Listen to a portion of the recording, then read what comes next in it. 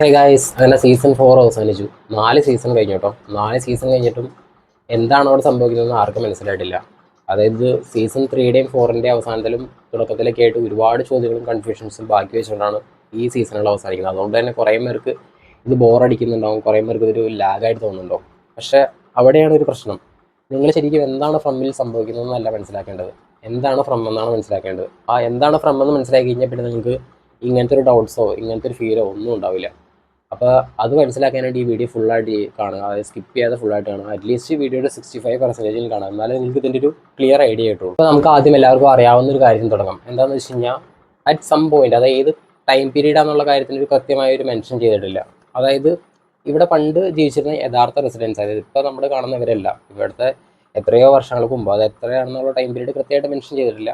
അപ്പോൾ അവിടെ യഥാർത്ഥത്തിൽ ജീവിച്ചിരുന്ന അവിടുത്തെ റെസിഡൻസ് എന്താ ചെയ്യുന്നത് വെച്ച് കഴിഞ്ഞാൽ അവർക്ക് ഇമ്മോർട്ടാലിറ്റി കിട്ടാനായിട്ട് അവരുടെ സ്വന്തം കുട്ടികളെ സാക്രിഫൈസ് ചെയ്തു. അതായത് ചുമ്മാ ഒരു ദിവസം അങ്ങോട്ട് സംഭവിക്കുന്നതല്ല. At some point in their life, അതായത് അവർ ജീവിച്ചിരുന്ന കാലത്ത് എപ്പോഴോ ഈ മാൻ ഇൻ യെല്ലോ, ആ യെല്ലോ പുള്ളിക്കാരനായിരിക്കും. പുള്ളിയാണ് ഇപ്പോൾ നമ്മുടെ ഈ സീരീസിൽ കാണുന്നതിൽ ഏറ്റവും പവർഫുൾ ആയിട്ടുള്ള ക്യാരക്ടറായിട്ട് കാണിച്ചത് പുള്ളീനെയാണ്. അപ്പോൾ ചിലപ്പോൾ ആ മാൻ ഇൻ യെല്ലോ ആയിരിക്കാം, അല്ലെങ്കിൽ ആ മാൻ ഇൻ യെല്ലോ എന്ന് പറയുന്നത് ചിലപ്പോൾ ഇവർക്ക് ഈ പവർ കൊടുത്ത, അതായത് ഇവർക്ക് ഈ ഇമ്മോർട്ടാലിറ്റി കൊടുത്ത ആ ഒരു ശക്തിയായിട്ടുള്ള ആ ഒരു മേ ബി എന്താ പറയുക, ഒരു ഡെമി ഗോഡോ എന്നൊക്കെ പറഞ്ഞ പോലത്തെ ഒരു ക്യാരക്ടറുണ്ട്, അല്ലെങ്കിൽ ഒരു ഡെവിൾ ബീയിങ്ങോ ഒരു ഡെവിളോ അങ്ങനെ എന്തെങ്കിലും ആയിരിക്കും അതിൻ്റെ ഒരു അവതാർ. ഇതിൻ്റെ ഒരു മീഡിയേറ്റർ ആയിരിക്കും നമ്മുടെ മാൻ ഇൻ യെല്ലോ. അപ്പോൾ മാൻ ഇൻ യെല്ലോനെ അവരുടെ ലൈഫിലെ ഏതൊരു സമയത്ത് വെച്ച് കാണുന്നു. അങ്ങനെ പുള്ളിയായിട്ടൊരു ബാർഗെയിൻ ചെയ്ത് പുള്ളി അവരെ കൺവിൻസ് ചെയ്യുന്ന, കാരണം പുള്ളി ഒരു ട്രിക്സ്റ്ററാണ്. ഈ സീരീസ് ഉടനീളം നമുക്ക് കാണാൻ പറ്റുന്ന സംഭവമെന്ന് വെച്ച് കഴിഞ്ഞാൽ പുള്ളിക്കാരൻ ഭയങ്കര ഒരു ട്രിക്സ്റ്ററാണ്. ആൾക്കാരെ ഓരോ ഹോപ്പുകളെ കൊടുത്ത് ഓരോതിലേക്ക് ട്രിക്ക് ചെയ്യും. അതേപോലെ ട്രിക്ക് ചെയ്തായിരിക്കും ഇവരുടെ കുട്ടികളെ സാക്രിഫൈസ് ചെയ്യുക എന്നുള്ള ഒരു ഒരു മെൻ്റൽ സ്റ്റേറ്റിലേക്ക് അവരെ എത്തിച്ചത്. അപ്പോൾ അങ്ങനെ ഇമ്മോർട്ടാലിറ്റി കിട്ടാനായിട്ട് അവർ സ്വന്തം കുട്ടികളെ സാക്രിഫൈസ് ചെയ്യും. അപ്പോൾ ആ സാക്രിഫൈസിന് ശേഷമാണ് ഈ ടൗൺ കേഴ്സ്ഡ് ആവുന്നത്. അങ്ങനെയാണ് അവിടെ നിന്നാണ് എല്ലാത്തിൻ്റെയും തുടക്കം. ആ ഒരു സാക്രിഫൈസിന് ശേഷമാണ് ടൗൺ കേഴ്സ്ഡായി ഇങ്ങനെ ഒരു സംഭവങ്ങളെല്ലാം ഈ കാണുന്ന ഫുൾ ഇൻസിഡൻസ് തുടങ്ങുന്നത് ആ ഒരു മൊമെൻറ്റിൽ. എന്തുകൊണ്ടാണ് ഞാൻ ഇതിനകത്ത് തുടക്കത്തെ പറ്റി പറഞ്ഞതെന്ന് വെച്ച് കഴിഞ്ഞാൽ അത് തന്നെയാണ് ഇതിനകത്തെ നമ്മുടെ സീരീസിന് കൊടുക്കുന്ന ഏറ്റവും വലിയ ഫസ്റ്റ് നമ്പർ ക്ലൂ നമ്പർ 1. അതായത് നമ്മുടെ സീരീസിൻ്റെ ടൈറ്റിൽ, ഈ സീരീസിൻ്റെ പേര് തന്നെ ഫ്രം എന്നാണ്. എന്ന് വെച്ച് കഴിഞ്ഞാൽ ഫ്രം എന്ന് വെച്ച് കഴിഞ്ഞാൽ ഒറിജിൻ, എവിടെ നിന്നാണ് ഇതിൻ്റെ തുടക്കം, അത് തന്നെയാണ് നമ്മുടെ ഫസ്റ്റ് ക്ലൂ. അതായത് ഡയറക്ടറുടെ അടുത്ത് ചോദിച്ചു കഴിയുമ്പോൾ പുള്ളി തന്നെ പറയുന്നത് വെച്ച് കഴിഞ്ഞാൽ എല്ലാത്തിനുള്ള ക്ലൂ നമ്മുടെ സീസൺ 1 എപ്പിസോഡ് 1 തന്നെ ഉണ്ടെന്ന് പറയുന്നുണ്ട്. അപ്പോൾ ഞാൻ കുറച്ച് റീവാച്ച് ചെയ്തു, അപ്പോൾ കിട്ടിയാണ് കുറേ കാര്യങ്ങൾ, അതൊക്കെ വീഡിയോയുടെ അവസാനമാകുമ്പോഴേക്കും ഞാൻ പറയുന്നുണ്ട്. പക്ഷേ ഇതാണ് ഏറ്റവും വലിയ ക്ലൂ. അത് വെച്ച് കഴിഞ്ഞാൽ ഫ്രം എന്ന് വെച്ച് കഴിഞ്ഞാൽ ഒറിജിൻ, സോഴ്സ്, എവിടെ നിന്ന്. അപ്പോൾ ആ എവിടെ നിന്ന് തുടങ്ങി എന്നുള്ള അത് തന്നെയാണ് നമ്മുടെ സീരീസിൻ്റെ ടൈറ്റിൽ. ഇനിയാണ് നിങ്ങൾ മനസ്സിലാക്കേണ്ട ഏറ്റവും ഇമ്പോർട്ടൻ്റ് ഉള്ള കാര്യം എന്ന് വെച്ച് കഴിഞ്ഞാൽ ഇവിടുത്തെ എല്ലാ പ്രശ്നങ്ങളും സോൾവ് ചെയ്ത് പുറത്തേക്കുള്ളൊരു വഴിയൊക്കെ ഓപ്പണായി ഇവരൊരിക്കലും വീട്ടിൽ പോകും അങ്ങനെ ഒരു സിറ്റുവേഷൻ ഒരിക്കലും ഉണ്ടാകാൻ പോകുന്നില്ല. കാരണം ഇത് ഒരു നോർമൽ ഒരു ഫിസിക്കൽ പ്ലേസ് അല്ല. അതാണ് ഫസ്റ്റത്തെ സംഭവം. ഇതൊരു സാധാരണ നോർമൽ ഒരു ഫിസിക്കൽ പ്ലേസോ ഒന്നുമല്ല. ഇത് ഒന്നല്ലെങ്കിൽ ഒരു പോക്കറ്റ് യൂണിവേഴ്സ്, അല്ലെങ്കിൽ ഒരു നൈറ്റ് മെയർ സ്കേറി സ്റ്റോറി ആയിരിക്കും. അതാണ് രണ്ട് പോസിബിലിറ്റി. ഇത് രണ്ടിൽ എന്തെങ്കിലും ഒന്നെങ്കിലും ആയിരിക്കും. അല്ലാതെ ഒരിക്കലും ഇതെല്ലാം സോൾവ് ചെയ്ത് അവർ തിരിച്ചവരുടെ വീട്ടിലേക്ക് പോകും. എപ്പോഴും സാറയൊക്കെ പറയുന്നുണ്ട് the hope to get home, അങ്ങനെ ഒരു സംഭവം ഒരിക്കലും ഉണ്ടാകാൻ പോകുന്നില്ല. ഇതൊരു പോക്കറ്റ് യൂണിവേഴ്സോ അല്ലെങ്കിൽ ഒരു നൈറ്റ് മെയർ സ്റ്റോറിയോ ആയിരിക്കും. ആ സ്റ്റോറി കംപ്ലീറ്റ് ആവുന്ന സമയത്ത് മാത്രമേ ഈ നടക്കുന്ന സംഭവങ്ങളെല്ലാം അവസാനിക്കുകയുള്ളൂ. അവസാനിച്ച് അവർ വീട്ടിൽ പോകുന്നതല്ല, സ്റ്റോറി അവസാനിച്ച് എല്ലാം കംപ്ലീറ്റ് ആവുന്നു. അങ്ങനെ ഒരു സിറ്റുവേഷൻ മാത്രമേ ഉണ്ടാവുള്ളൂ. അല്ലാതെ ഇവരെല്ലാം വീട്ടിലോട്ട് തിരിച്ചു പോകുന്ന ഒരു സിറ്റുവേഷൻ ഒരിക്കലും നിങ്ങൾ സീസൺ 5ൻ്റെ എൻഡിങ്ങിൽ എക്സ്പെക്ട് ചെയ്തത് അങ്ങനെ ഒരു സിറ്റുവേഷൻ ഒരിക്കലും. അബിത ഇതിനകത്ത് കംപ്ലീറ്റ്ലി വിശ്വസിക്കുന്ന കാര്യം എന്ന് വെച്ച് കഴിഞ്ഞാൽ പുള്ളിക്കാരുടെ പർപ്പസാണ് ഈ കുട്ടികളെ രക്ഷിക്കുക എന്നുള്ളതാണ്. പുള്ളിക്കാരിക്ക് അത് പറ്റാത്തതുകൊണ്ടാണ് പുള്ളിക്കാരി പിന്നെയും പിന്നെയും ഈ ടൗണിൽ വന്ന് ട്രാപ്പ് ആവുന്നത്. അങ്ങനെയാണ് പുള്ളിക്കാരി വിശ്വസിക്കുന്നത്. കാരണം പുള്ളിക്കാരിക്ക് കിട്ടുന്ന മിഷൻസിലൂടെ അങ്ങനെ ഒരു മെൻ്റൽ സ്റ്റേറ്റ് ഓഫ് മൈൻഡിലോട്ട് പുള്ളിക്കാരി എത്തി. പക്ഷേ യഥാർത്ഥത്തിൽ പുള്ളിക്കാരിക്ക് കുട്ടികളെ രക്ഷിക്കുക എന്നുള്ളത് ഒരിക്കലും നടക്കുന്ന കാര്യമില്ല. കാരണം കുട്ടികൾ ഓൾറെഡി മരിച്ചതാണ്. അതായത് ഈത്തൻ പറയുന്നല്ലേ, you cannot change a story once it is been told. അങ്ങനെയാണ് അത്. അപ്പോൾ യഥാർത്ഥത്തിൽ ചെയ്യേണ്ടതെന്ന് വെച്ച് കഴിഞ്ഞാൽ ആ സ്റ്റോറി എല്ലാം കറക്റ്റായിട്ടുള്ള രീതിയിൽ ഒരു പസിൽ കണക്ട് ചെയ്യുന്ന പോലെ കണക്ട് ചെയ്ത് കംപ്ലീറ്റ് ആക്കുക എന്നുള്ളതാണ് അവർക്ക് ചെയ്യാൻ പറ്റുന്നത്. അങ്ങനെ ഒരു സിറ്റുവേഷൻ വരെ മാത്രമേ ഈ ലൂപ്പ് ഹോൾ, ഈ അൺഎൻഡിങ് സ്റ്റോറി കംപ്ലീറ്റ് ആവുകയുള്ളൂ. ഈ സീരീസിൻ്റെ എല്ലാ ഉത്തരവും ഇതിൻ്റെ എപ്പിസോഡ് 1 തന്നെയാണ് ഇതിൻ്റെ ക്രിയേറ്റേഴ്സ് പറയുന്നത്. അപ്പോൾ അതൊന്ന് കൺഫേം ചെയ്യാനായിട്ട് ഞാൻ എപ്പിസോഡ് 1 ഒന്നോടെ കണ്ടു. അപ്പോഴാണ് ശ്രദ്ധിച്ചത് നമ്മുടെ ജിമ്മും കപിലയും ആദ്യമായിട്ട് നമ്മുടെ ടൗണിലോട്ട് വരുന്നു, ഒരു സർക്കിൾ ചെയ്യുന്നു, പുറത്തോട്ട് പോകാൻ പറ്റുന്നില്ല. രണ്ടാമതും പിന്നെയും സർക്കിൾ ചെയ്യുന്നു, അപ്പോഴും പുറത്തോട്ട് പോകാൻ പറ്റുന്നില്ല. പിന്നെയും ലൂപ്പ് പോലെ ആയി കഴിയുമ്പോൾ നമ്മുടെ ടബിത ജിമ്മിൻ്റെ അടുത്ത് പറയുന്നുണ്ട്, maybe we have to go back and make a U turn to get back to the original road. അങ്ങനെ പറയുന്നുണ്ട്. അതായത് തിരിച്ചു പോയി ഒരു യു ടേൺ എടുത്താലേ നമുക്ക് ഒറിജിനൽ റോഡിലോട്ട് കയറാൻ പറ്റുള്ളൂ. ആ ഒരൊറ്റ സെൻറ്റൻസ് അതാണ് ഇതിൻ്റെ സംഭവം. അതിനകത്തെല്ലാം ഓൾറെഡി ഉണ്ട്. എന്ന് വെച്ച് കഴിഞ്ഞാൽ നമ്മൾ തിരിച്ചു പോയി ഒരു യൂ ടേൺ എടുത്താൽ മാത്രമേ ആ ഒറിജിനൽ സ്റ്റോറിയിലോട്ട് ചെല്ലാൻ പറ്റുള്ളൂ. ആ ഒറിജിനൽ സ്റ്റോറി എല്ലാം ഓർത്തെടുത്ത് കംപ്ലീറ്റ് ആക്കിയാലേ ഈ ലൂപ്പ്, അതായത് ഈ റിപ്പീറ്റിംഗ് സൈക്കിളായിട്ടുള്ള ലൂപ്പ് ബ്രേക്ക് ചെയ്യാൻ പറ്റുള്ളൂ. അതായത് ഒറിജിനൽ സ്റ്റോറി എന്നാണോ അവർ എന്താണ് അതായത് ആ ഒറിജിനൽ സ്റ്റോറി എന്ന് വെച്ച് കഴിഞ്ഞാൽ ഈ കുട്ടികളെ സാക്രിഫൈസ് ചെയ്യുന്ന സമയം വരെ എന്താണ് ആ മൂമെൻറ്റ്, അതായത് അവർ സാക്രിഫൈസ് ചെയ്യുന്ന സമയം വരെ എന്താണ് യഥാർത്ഥത്തിൽ സംഭവിച്ചത്, അതെല്ലാം അവർ ഓർത്തെടുത്താൽ മാത്രമേ ഈ ലൂപ്പ്, ആ കേഴ്സ് അത് ബ്രേക്ക് ആവുകയുള്ളൂ.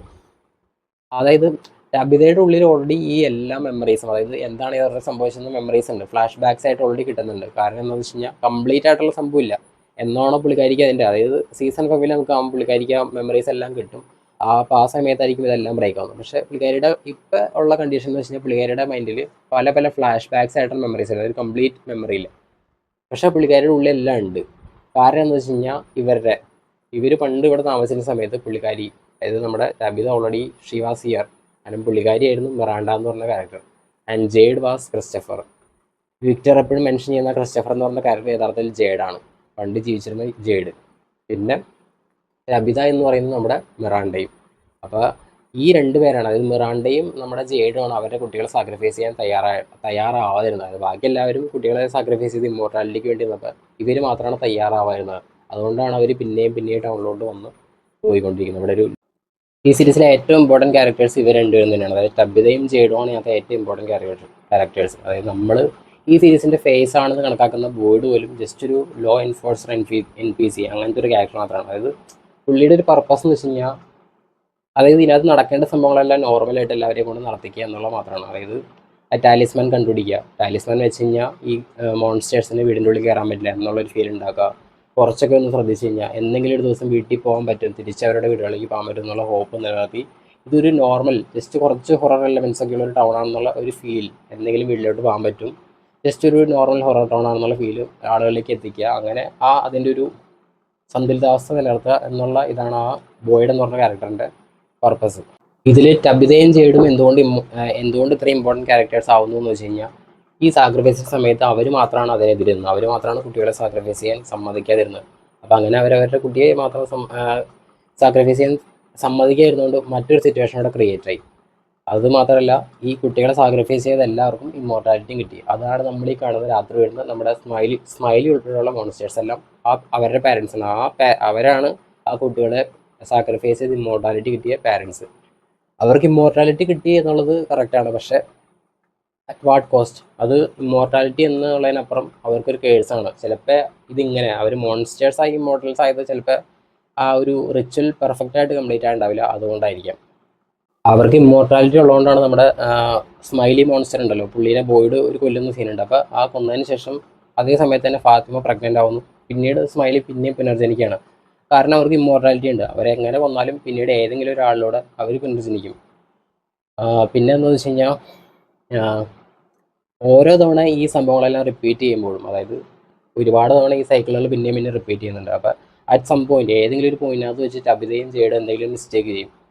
കാരണം ഈ നമ്മുടെ ജിമ്മിനെ കൊന്നതിന് ശേഷം നമ്മുടെ മാനിന് എല്ലോ പറയുന്നുണ്ട് വെച്ച് കഴിഞ്ഞാൽ knowledge comes at A cost. അപ്പോൾ ഓരോ തവണ അവർ യഥാർത്ഥ സത്യത്തിലേക്ക് എത്തുമ്പോഴും എന്തെങ്കിലും ഒരു വലിയ ഇൻസിഡൻറ്റ് നടക്കും, ആരെങ്കിലും മരിക്കും, അങ്ങനെയൊക്കെ നടക്കുന്നതുകൊണ്ട് തന്നെ അവരുടെ മെമ്മറീസ്, അതായത് ടബിതയ്ക്കും ജേഡിനും മെമ്മറീസ് കിട്ടുന്നുണ്ടെങ്കിലും അവർ അതിൽ നിന്നെല്ലാം ഒഴിഞ്ഞു പോകാൻ ശ്രമിക്കുന്നുണ്ട്. കാരണം ഇതിനകത്തൊരു സീനിനകത്ത് ഈ കുട്ടികളുടെ സോൾസ് എല്ലാം വന്നിട്ട്, കുട്ടികളുടെ ആത്മാക്കൾ വന്നിട്ട് ടബിതയുടെ നേരെ തന്നെ കൈ ചൂണ്ടുന്നുണ്ട്.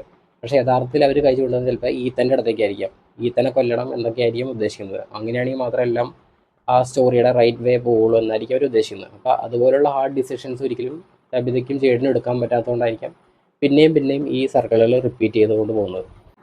പിന്നെ മറ്റൊരു കാര്യം, ഇതിനകത്ത് പല ക്യാരക്ടേഴ്സിനും പല കാര്യങ്ങളും അറിയാം. വിക്ടർ ഉൾപ്പെടെ പല ക്യാരക്ടേഴ്സിനും വളരെ ലൂപ്പ് ബ്രേക്കിംഗ് ആയിട്ടുള്ള കാര്യങ്ങൾ അറിയാം, പക്ഷേ അവരിതൊന്നും ഷെയർ ചെയ്യുന്നില്ല. അതൊരു ഹിൻ്റാണെന്ന് വെച്ച് കഴിഞ്ഞാൽ അതൊരു ക്ലൂ ആണ്. അതായത് ഈ സ്റ്റോറി ഫുള്ളി കംപ്ലീറ്റ് അല്ല, ഈ ഒരു പൊട്ടിയ ഗ്ലാസ് പോലെ പലയിടത്ത് ചിതറി കിടക്കാണ്. ഇതെല്ലാം കൂട്ടി വെച്ചാൽ മാത്രമേ കംപ്ലീറ്റ് ആവുള്ളൂ. പക്ഷേ ഇതെല്ലാം ആർക്കും പലരുടെയും മെമ്മറീസ് ആയിട്ട് ഇത് കിടക്കുന്നതുകൊണ്ട് തന്നെ ഇത് ഒരിക്കലും കംപ്ലീറ്റ് ആവുന്നില്ല എന്നുള്ളതിൻ്റെ ഒരു ഹിൻ്റാണ്. ഇതെല്ലാം കൂട്ടി വെച്ച് കഴിഞ്ഞാൽ എല്ലാം കറക്റ്റ് ആവും എന്നുള്ള ഒരു ഹിൻറ്റും കൂടിയാണ് ഈ പല ക്യാരക്ടേഴ്സും ഇൻഫർമേഷൻ ഷെയർ ചെയ്യാത്തതിനെ സൂചിപ്പിക്കുന്നത്. പിന്നെ നിങ്ങൾ ശ്രദ്ധിച്ചിട്ടുണ്ടോയെന്നറിയില്ല, ദ മാൻ ഇൻ യെല്ലോ, അതെന്ന് വെച്ച് കഴിഞ്ഞാൽ നമ്മൾ ഓരോ പല എപ്പിസോഡിൽ നമ്മൾ ശ്രദ്ധിക്കുന്ന, അതായത് ഈ ഒരു സംഭവം നടന്നു കഴിഞ്ഞാൽ എല്ലാം ശരിയാവും എന്ന് വിചാരിക്കുന്ന ഒരു സംഭവത്തിൽ ഒരിക്കലും ദ മാൻ ഇൻ യെല്ലോ ഇതൊന്നും ഇൻ്റർസെപ്റ്റ് ചെയ്യുന്നില്ല, പുള്ളിക്കാരനകത്തൊന്നും തടയാൻ ശ്രമിക്കുന്നില്ല. കാരണം എന്ന് വെച്ച് കഴിഞ്ഞാൽ പുള്ളി ശരിക്കും പറഞ്ഞാൽ ഇത് പുള്ളിയെ സംബന്ധിച്ചൊരു ഗെയിമാണ്. പുള്ളി ഇതൊക്കെ ഫുള്ളി എൻജോയ് ചെയ്ത് അതിനകത്ത് തന്നെ അതിൻ്റെ ഇടയിൽ ഇതെല്ലാം സംഭവിക്കട്ടെ എന്നുള്ള രീതിയിൽ നടക്കുന്ന ഒരു ക്യാരക്ടറാണ്. യഥാർത്ഥ സത്യത്തിലേക്ക് എപ്പോഴാണോ ഒരു ക്രൂഷ്യൽ ഡിസിഷൻ എടുത്ത് യഥാർത്ഥ സത്യത്തിലേക്ക് അവർ പോകുന്നു എന്ന് തോന്നുമ്പോൾ മാത്രമാണ് പുള്ളിക്കാരൻ ബാക്കിയുള്ള ക്യാരക്ടേഴ്സിനെയൊക്കെ സ്വാധീനിച്ചിട്ട് പുള്ളി അവരെ കൊണ്ട് എന്തെങ്കിലും ചെയ്യിപ്പിക്കുക, അല്ലെങ്കിൽ ആരെങ്കിലും ഡെത്ത്. ഇപ്പോൾ ഞാൻ പറഞ്ഞില്ലേ, ഫോർ എക്സാമ്പിൾ ജിമ്മിൻ്റെ ഡെത്ത് സംഭവിച്ച ശേഷം ടബിത കൂടുതൽ വിഷൻസിൽ വിശ്വസിക്കാതിരിക്കുക, അത് ഇവർ തന്നെ അത് ഇവിടുത്തെ ഇവിൽ ഫോഴ്സസ് അവരെ കൊണ്ട് ചെയ്യിപ്പിക്കുന്ന എന്നുള്ള രീതിയിൽ വിശ്വസിക്കാൻ ശ്രമിച്ചു തുടങ്ങി. ഇതൊരു ഫെയറി ടെയിൽ ടൗൺ ആണോ, പക്ഷേ ഇതിനകത്ത് എല്ലാ കാര്യങ്ങൾക്കും ഒരു ഫോർമേഷൻ, ഒരു പ്രത്യേക ഫോർമേഷനിൽ കാര്യങ്ങൾ ചെയ്താൽ മാത്രമേ നടക്കുകയുള്ളൂ. അതിൻ്റെ ഒരു എക്സാമ്പിളാണ്, അതായത് നമ്മുടെ സീസൺ 4 അവസാനത്തിൽ ബോയ് ഇൻ വൈറ്റ്, ആ വൈറ്റ് ഡ്രസ് ഇട്ട ബോയ് നമ്മുടെ മാൻ ഇൻ യെല്ലോ. ആ സമയത്ത് മാൻ ഇൻ യെല്ലോ സോഫിയുടെ രൂപത്തിലാണ്. സോഫി എല്ലാ വീട്ടിൽ നിന്നും നമ്മുടെ ടാലിസ്മാൻ എടുത്തുകൊണ്ട് പോയി ആ ഒരു സ്ഥലത്തേക്ക് എടുത്തിട്ടുണ്ട്. അതായത് ഒരു ഹോളിൽ ഒരു മരപ്പത്തിലോട്ട് ഇടുന്നുണ്ട്. അതായത് യഥാർത്ഥത്തിൽ സീസൺ 5 ഇനി അവിടെ നിന്ന് തന്നെയായിരിക്കും നമ്മുടെ ബോയ്ഡിന് ഈ സ്റ്റോറിയുടെ തുടക്കത്തിൽ ഈ ടാലിസ്മാൻ കിട്ടുന്ന അവിടെ നിന്ന് തന്നെയായിരിക്കും, അല്ലാതെ വേറെ ഒന്നുമില്ല. ഇത് സൂചിപ്പിക്കുന്നത് വെച്ച് കഴിഞ്ഞാൽ ആ ടാലിസ്മാൻ എല്ലാം അതിൻ്റെ എവിടെ നിന്നാണോ ടാലിസ്മാൻ വന്നത് അവിടേക്ക് തന്നെ തിരിച്ചിട്ടേക്കുന്നത്. അതായത് സ്റ്റോറി ഞാൻ പറഞ്ഞല്ലോ പിന്നെയും ആദ്യം മുതലേ തുടങ്ങാൻ പോകണം. അപ്പോൾ ആ ടാലിസ്മാൻ എവിടെ നിന്നോ അവിടേക്ക് തന്നെ തിരിച്ചു കൊണ്ടുവരുന്നുണ്ട്. അപ്പോൾ ദ ബോയ് ഇൻ വൈറ്റ് സോഫിയോട് പറയുന്നുണ്ട്, അതായത് വെച്ച് കഴിഞ്ഞാൽ ദേ ഹാവ് ദ ബോൺസ് എന്ന് പറയുന്നുണ്ട്, അവർക്ക് എല്ലിൻ്റെ, അതായത് കുട്ടികളുടെ അവശിഷ്ടങ്ങൾ കെട്ടിയിട്ടുണ്ടെന്ന് പറയും. അപ്പോൾ സോഫി തിരിച്ചു പറയും but the bottle tree is gone, അതായത് ആ ബോട്ടിൽ ട്രീ അവർ കുറച്ച് കളഞ്ഞല്ലോ. അപ്പോഴാണ് നമ്മുടെ വിക്ടർ പറഞ്ഞതിൻ്റെ ഇമ്പോർട്ടൻസ് മനസ്സിലാക്കുന്നത്. അതായത് വെച്ച് കഴിഞ്ഞാൽ ദ ട്രീ ഈസ് ഇമ്പോർട്ടൻ്റ് എന്നാണ് വിക്ടർ പറയുന്നത്. അതായത് ട്രീ വളരെ ഇമ്പോർട്ടൻ്റ് ആണ്. അപ്പം ഞാൻ നേരത്തെ പറഞ്ഞല്ലോ, ഇതിനെല്ലാം ഒരു ഫോർമേഷൻ ഉണ്ട്. അതായത് ഒരു റിച്വലിസ്റ്റിക് വേ, ഒരു റിച്വൽ എങ്ങനെയാണ് നമ്മൾ ചെയ്യണത് അതേ രീതിയിൽ കാര്യങ്ങൾ ചെയ്യാൻ നടക്കുള്ളൂ. അപ്പോൾ ഈ ബോട്ടിൽ ട്രീ വളരെ ഇമ്പോർട്ടൻ്റ് ആണ്. ബോട്ടിൽ ട്രീ പോയതുകൊണ്ട് ഇനി അവരുടെ കയ്യിൽ ബോൺസ് ഉണ്ടെങ്കിലും അതിന് പ്രത്യേകിച്ചൊരു പ്രസക്തി ഉണ്ടാകാൻ പോകുന്നില്ല. അതായത് വെച്ച് കഴിഞ്ഞാൽ എന്തുകൊണ്ടാണ് ബോട്ടിൽ ട്രീ ഇമ്പോർട്ടൻ്റ് ആവുന്നത് വെച്ച് കഴിഞ്ഞാൽ, ആ ബോട്ടിൽ ട്രീയുടെ അടിയിലുള്ള ക്യാബിനിൽ വെച്ചിട്ടാണ് ഈ കുട്ടികളെ അവരുടെ പാരൻസ് അവർക്ക് ഇമ്മോർട്ടാലിറ്റി കിട്ടാനായിട്ട് ബലി കൊടുത്തത്. അപ്പോൾ ചിലപ്പോൾ ആ ട്രീ ഈ കുട്ടികളുടെ ബോൺസ് അവിടെ കിടന്ന് അവരുടെ സോൾസിൽ നിന്നോ അങ്ങനെ എന്തെങ്കിലും ഉണ്ടായതായിരിക്കും. അപ്പോൾ ആ ഒരു ട്രീ ഇമ്പോർട്ടൻ്റ് ആണ്. ട്രീ പോയതുകൊണ്ട് പിന്നെയും ഈ സ്റ്റോറി റിപ്പീറ്റ് ആകുന്നു. ബോട്ടിൽ ട്രീയുടെ തൊട്ട് താഴെയുള്ള ക്യാബിനിൽ വെച്ചാണ് കുട്ടികൾ സാക്രിഫൈസ് ചെയ്യപ്പെട്ടത്. അതുകൊണ്ട് തന്നെ അവരുടെ സോൾസും ആ ട്രീയും കണക്റ്റഡ് ആയിരിക്കും. അപ്പോൾ ആ ട്രീ പോയതുകൊണ്ട് തന്നെ കുട്ടികളുടെ സോൾസ് പിന്നെയും ട്രാപ്ഡ് ആയിരിക്കും. ഇനി ഇതെല്ലാം ബ്രേക്ക് ചെയ്ത് പോകണമെങ്കിൽ, അതായത് എല്ലാ ലൂപ്പും അവസാനിക്കണമെങ്കിൽ എന്താ ചെയ്യണമെന്ന് വെച്ച് കഴിഞ്ഞാൽ ടബിതയും ജെയ്ഡും, അതായത് പണ്ടത്തെ അവിടുത്തെ റെസിഡൻസ് ആയിരുന്ന മിറാണ്ടയും ക്രിസ്റ്റഫറും അവർ മിറാണ്ടയും ക്രിസ്റ്റഫർ ആയിരുന്ന സമയത്തുള്ള യഥാർത്ഥ മെമ്മറീസ് ഓർത്തെടുക്കണം. എന്നിട്ട് ദ മാൻ ഇൻ യെല്ലോ, അല്ലെങ്കിൽ ആരായിട്ടാണോ അവർ ഈ ഇമ്മോർട്ടാലിറ്റിക്ക് വേണ്ടി ബാർഗെയിൻ ചെയ്ത് കുട്ടികളെ സാക്രിഫൈസ് ചെയ്ത് ആ ബാർഗെയിൻ ബ്രേക്ക് ചെയ്യണം. എന്നാൽ മാത്രമാണ് കുട്ടികളുടെ സോൾസ് ഫ്രീ ആവുള്ളൂ. കുട്ടികളുടെ സോൾസ് ഫ്രീ ആയി മാത്രമേ നമ്മുടെ ഈ നൈറ്റ്മെയർ സ്റ്റോറി ടൗൺ അവസാനിക്കുകയുള്ളൂ. അതുവരെ ഈ സ്റ്റോറി റിപ്പീറ്റ് ചെയ്തുകൊണ്ടേയിരിക്കും. അപ്പം ഇനി എനിക്ക് തോന്നുന്നു നമ്മുടെ സീസൺ 5 തുടക്കത്തിൽ ടാലിസ്മാൻ എല്ലാം എവിടെ നിന്നാണോ ബോയ്ഡിന് കിട്ടിയത് അവിടെ തന്നെ കൊണ്ട് നമ്മുടെ സോഫി മാനിൻ എല്ലാം കൊണ്ടുവരുന്നുണ്ട്. അപ്പോൾ പിന്നെയും റിപ്പീറ്റ് ആവും. അപ്പോൾ ഈ അവസാനത്തെ സമയത്ത് എല്ലാ മെമ്മറീസ് അവർ ഓർത്തെടുത്ത് സ്റ്റോറീസ് എല്ലാം അവസാനിക്കുന്നതിന് കാണാം. നിങ്ങളുടെ അഭിപ്രായം എന്താണെന്ന് വെച്ചാൽ കമൻറ്റ് ചെയ്യുക. ബൈ.